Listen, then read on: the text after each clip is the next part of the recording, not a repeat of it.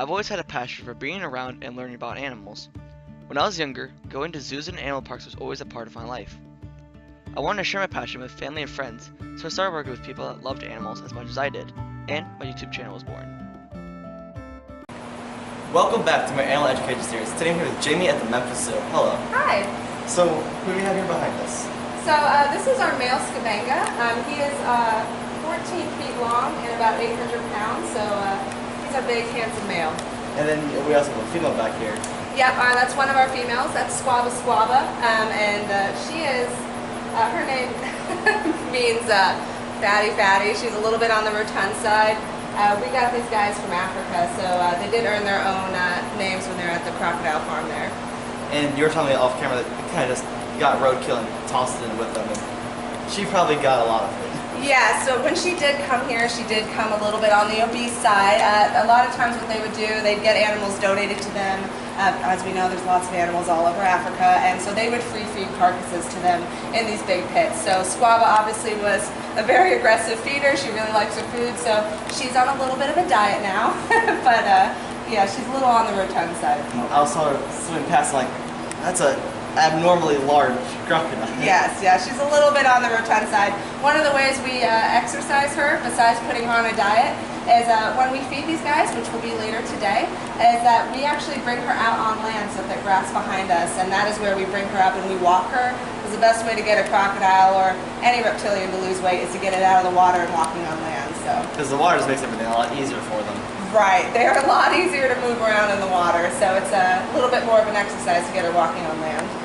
So with the name Nile Crocodile, I'm going to take a wild guess here and say you find it in the Nile River. Right, these guys can be found in the Nile River. They're actually found all over Africa though as well, so yes, they can be found in the Nile. And what kind of animals would they eat there? These guys, I kind of call them nature's garbage disposals. They're going to pretty much eat anything that they can get their mouth on. So their hunting is going to happen at all the watering holes. They prefer to stay in the water, and pretty much anything that comes to that watering hole is going to be fair game for them. So that includes fish, giraffes, any kind of antelope, wildebeest, sometimes lions. And they do share the same habitat as hippos, so if they're feeling really brave, they may go for a baby hippo, but mama hippo is going to go with baby hippo, and actually hippos are dominant in that environment. So generally they will leave the hippos alone, but pretty much anything is fair game for a Nile crocodile. And right before we started filming this, we were going to watch the hippos that you let out. The mom is huge, and the baby's like a year and a half. Yep. And 1,200 pounds. They're not exactly small. No, yeah, exactly. They are a lot of animal to go for. Our mom hippo, she's close to 4,000 pounds, and these guys, especially in the day, they're found in big pods in the wild. So generally, if something is happening, you're going to get a whole lot of 4,000 pound animals mad at one Nile croc. And their tusks are pretty big, so just impale them. They have a lot of muscle. Right, exactly. So what's one of your favorite things about these Nile crocodiles? Well, one thing I like to tell people is a lot of people think that crocodilians in general, not just Nile crocs, are mindless man-eating machines, and that's actually not true. They're a really complex animal. They're a really social animal. They have a lot of beautiful social behaviors, and they really aren't going to, if they see someone, they're not necessarily going to run and hunt them down and eat. It doesn't take a whole lot to fill them up. These guys only need about 0.5% of their body weight a week to sustain themselves healthily, and even sometimes then our crocs don't want to eat. So they don't need a whole lot to sustain themselves. They're very curious animals. Anything that's splashing around in the water, they can feel it.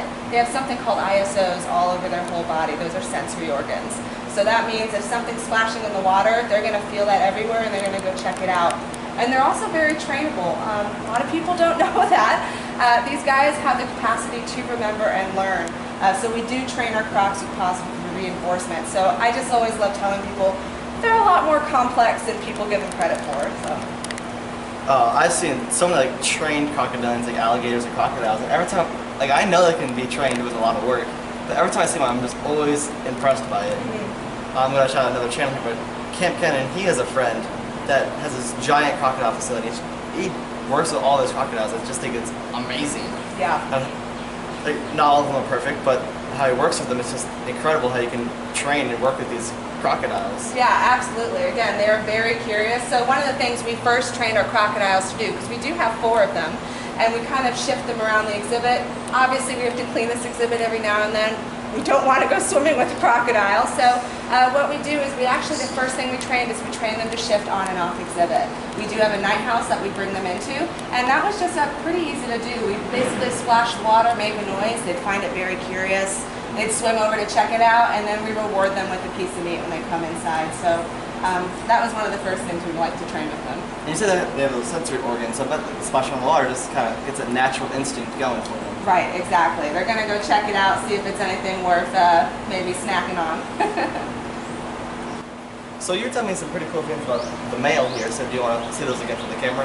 Yeah, absolutely. So Skabanga here, our very handsome male, he, as I said, he's 14 feet long and 800 pounds. That's when we got him about 2 years ago, so he's a little bit bigger than that now. So he actually already is the largest male in the entire country, so we're really excited to have him here. Another cool thing about these guys, we got them from a crocodile farm in South Africa. And while they were there, they of course earned their own African names. So Skabanga here, they named him Skabanga, which means wife stealer or thief, because pretty much in every group he got put into at that crocodile farm, he became the dominant male and he stole all the girls. So that's how this handsome boy earned his name. He is quite a Romeo. And like, look at his little kingdom, I'm gonna say here. It's a really nice exhibit for him. And his little girlfriend over here, she's trying to go inside or something, it looks like. Yeah, they really like it. The actual director of the farm came down and delivered them personally when we did get them, and he joked that don't let our Nile crocs write the ones at home because they're going to get jealous and all want to move to Memphis. So are these Nile crocodiles endangered or threatened in any form? No, they're actually on the least concerned list. But actually they have a really interesting story, and that actually ties them in with American alligators, which, as we know, we have all over Florida and areas like that in the south. Now, obviously, a big thing that's threatening the crocodilian world, especially in the past, was the skin trade. You know, people would hunt them for their skin and, you know, belts, purses, shoes, whatever people wanted to make out of them. And two of the most successful species for the skin trade were actually Nile crocodiles and American alligators. Part of that has to do with how big they can get. So these guys were actually quickly on the decline. It was not sustainable. They were being overpoached.